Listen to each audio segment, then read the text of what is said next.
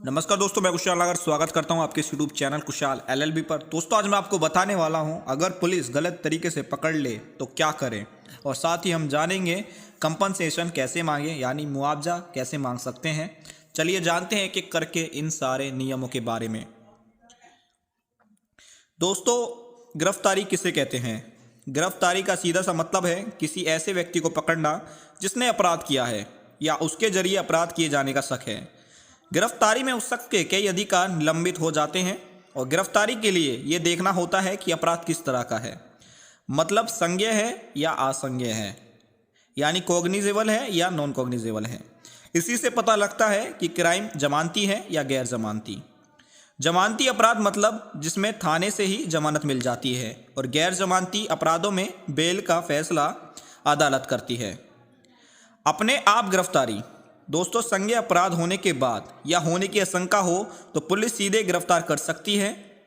Preventive arrest के लिए police को सीआरपीसी की धारा 151 सबसेक्शन 1 में बिना वारंट अरेस्ट करने के लिए अधिकार दिए गए हैं।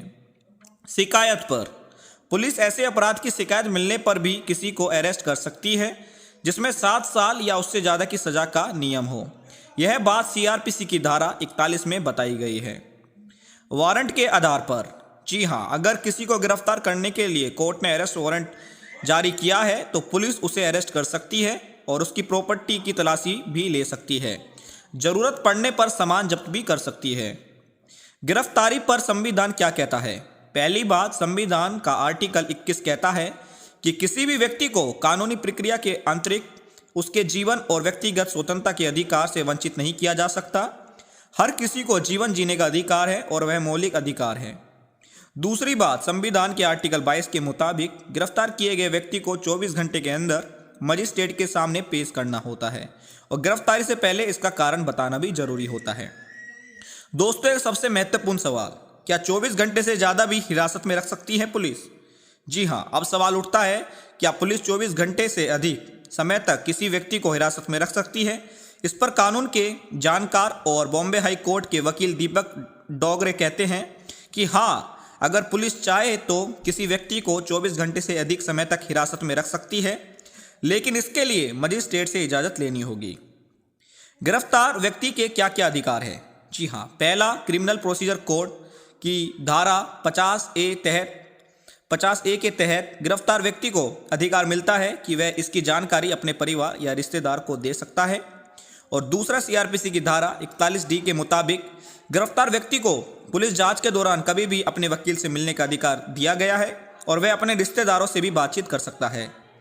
तीसरा, अगर गिरफ्तार किया गया व्यक्ति गरीब है और उसके पास इतने पैसे नहीं हैं कि खुद के लिए वकील रख सके, तो ऐसे में कोर्ट मुफ्त में वकील देता है, यानी मुहैया कराता है। दोस्तों, हिरासत और गिरफ्तारी में क्या फ़र्क है?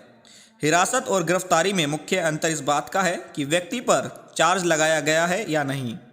अगर पुलिस ने शक के आधार पर किसी को पकड़ा है, आरोप नहीं लगाए हैं, तो पूछताछ के बाद उसे छोड़ा भी जा सकता है।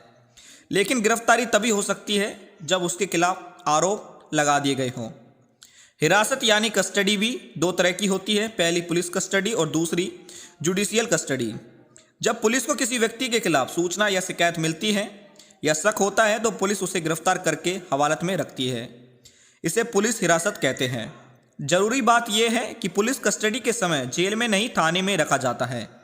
पुलिस आरोपी से जानकारी उगलवाने और जांच की कड़ियों जोड़ने के लिए मजिस्ट्रेट से एक बार में 15 दिन की कस्टडी मांग सकती है। और आपने सुना होगा कि कोर्ट ने फलाना आदमी को 14 दिन की जुडिशियल कस्टडी यानी न्यायिक हिरासत में भेज दिया है। ऐसी कस्टडी में आरोपी को मजिस्ट्रेट के आदेश पर जेल में रखा जाता है। लेकिन मामला अगर देश की अखंडता या सुरक्षा से जुड़ा हो और case unlawful activity prevention act UAPA कानून 1967 के तहत दर्ज हो तो नियम सख्त हो जाते हैं। इस कानून के तहत जांच एजेंसियों बिना वारंट किसी को हिरासत में ले सकती है, और पुलिस कस्टडी 30 दिन और न्यायिक हिरासत 90 दिनों तक भी हो सकती है। ऐसे मामलों में जमानत भी आसानी से नहीं मिलती है। दोस्तों, पुलिस पकड़ ले पर कोर्ट में पेश ना करें तो क्या करें और कहां जाए? जी हाँ, नियमों को नज़रअंदाज करके कस्टडी में रखने का अवैध हिरासत कहते हैं। अगर किसी को गलत तरीके से गिरफ्तार किया गया है, हिरासत में अवैध तरीके से रखा गया है और 24 घंटे के भीतर कोर्ट में पेश नहीं किया गया तो वह शख्स या उसका कोई करीबी कोर्ट में हैबियस कॉर्पस की याचिका डाल सकता है। और संविधान के आर्टिकल 226 में हैबियस कॉर्पस का जिक्र किया है। हाई कोर्ट और सुप्रीम कोर्ट इन याचिकाओं को प्राथमिकता पर सुनते हैं और इसमें दोषियों को दंड और पीड़ित को मुआवजा का प्रावधान मिलता है। मुआवजा मांगने का क्या है नियम? दोस्तों, अगर किसी को लगता है कि उसकी गिरफ्तारी अवैध है तो वह रिहाई के साथ साथ मुआवजे की भी मांग कर सकता है। सीआरपीसी की धारा 357 के तहत व्यक्ति मुआवजे के लिए कोर्ट में आवेदन कर सकता है। इसरो में 1994 के कथित जासूसी मामले में सुप्रीम कोर्ट ने पूर्व वैज्ञानिक नंबी नारायण को 2018 में राहत देते हुए 50 लाख का मुआवजा केरल सरकार से दिलवाया था। बाद में केरल सरकार ने 1.30 करोड़ अतिरिक्त मुआवजा भी दिया था। केरल पुलिस ने बिना ठोस सबूत नंबी नारायण को 2 महीने जेल में रखा था। इसी कानून के तहत सुशांत सिंह राजपूत के हेल्पर दीपेश ने एनसीबी से 10 लाख रुपए मुआवजे के रूप में मांगे थे। तो दोस्तों, कैसा लगा आपको जानकर, अरेस्ट से जुड़े सभी सवालों के आंसर जानकर? कमेंट सेक्शन में जरूर बताएं। और अगर कोई भी आपका डाउट है इससे रिलेटेड तो कमेंट सेक्शन में आप मेरे से पूछ सकते हैं। और दोस्तों, ऐसी इंटरेस्टिंग और एजुकेशनल वीडियो देखने के लिए चैनल को सब्सक्राइब कर ले और साइड में बेल का आइकन दिख रहा हो उस पर भी क्लिक कर ले ताकि फ्यूचर में कोई वीडियो अपलोड करूं उसका नोटिफिकेशन आपको सबसे पहले मिल सके। और वीडियो अच्छी लगे तो लाइक, कमेंट एंड शेयर जरूर करें।